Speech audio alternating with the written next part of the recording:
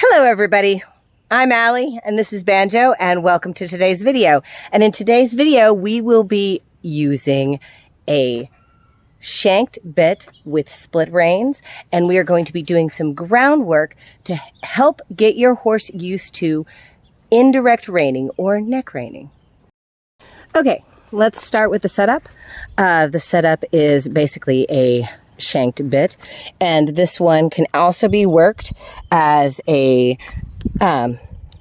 basically a snaffle if you need to, but the shank on it really is only about a 3-inch bit, so that's about 15 pounds of pressure. So what we're going to be doing is getting the horse used to indirect and direct pressure. Let's start out with direct pressure. That means when you pull, the horse will give to pressure on that side. Now, there is a constant pull and there is an intermittent pull. And you're going to be pulling with just your thumb and forefinger, and then you wrap, and then eventually you can pull this way. So it's really important that you start with just the least amount of pressure, because we're adding 15 pounds of pressure just with the 3-inch shank. So reach halfway up, thumb and forefinger, and ask, and he gives and release. So we know that he will give to direct pressure. Intermittent pressure, there's that little bump, bump, bump, and he gives. So what you do on one side, you've got to do on the other. We have our outside rein, nice and loose, inside rein, slide down halfway through the neck. We're gonna bump, bump, bump, bump, bump, until we get a nice give. Now he's giving to direct pressure using intermittent pressure. Okay, now let's talk about indirect pressure, which is the neck rein. So this is why we're going to use right here where there is a pressure point to move the horse's front end. Now I'm not looking for perfectly moving, crossing over in the front. I just want him to move.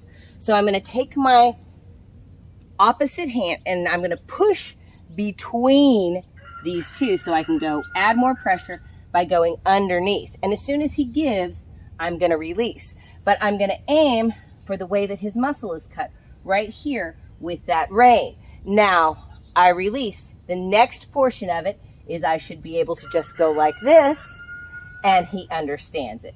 So remember, first step is all the way around the neck. Once they get that, then you move into step 2. All right, so let's start with step 1.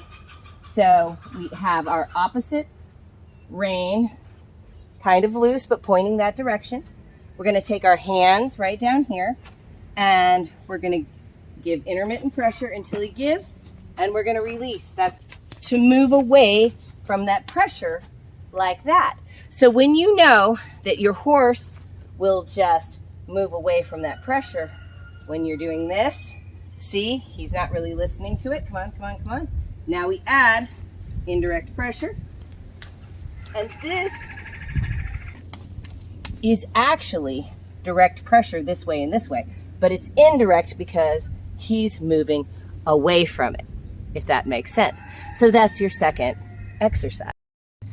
Okay, our last exercise to make sure that he's giving to this bit and that it's going to work with kind of indirect and direct pressure, because our reins, we're going to hold them like this. We call it making the rainbow. So on the ground, we want to make sure that we can make the rainbow and ask him to give, and he's going to give his nose, all right? So we're going to use direct pressure on both sides.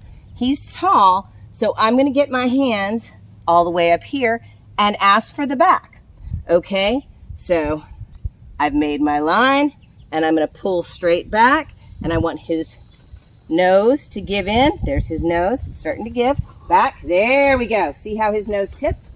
Back. Very good. See his nose tipped? So we're going to leave him. And back, back, back, back, back, back, back. Now he's giving his nose real nice, but I still need movement. Back. There you go. So I'm going to give him that. So I pull a little bit. There. That time I got his nose to give really nicely, and he took a step back. So we're going to continue that exercise. So there you go. Those are some basic neck reining exercises that your horse should know.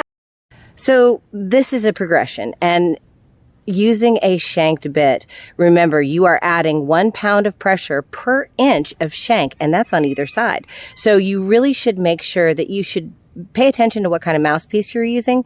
Please don't start with something really harsh like a twisted wire. You want to start with something nice and easy. You might even want to try a double jointed bit so you don't get something that smacks in the horse's mouth. Please don't use anything with a port. When you're first starting this, your horse can't handle that and they'll probably shake their head. Thank you so much for joining me on today's video. And if you enjoyed the video, give us a like. And if you haven't already, please subscribe. And remember, to see more, check out our playlists.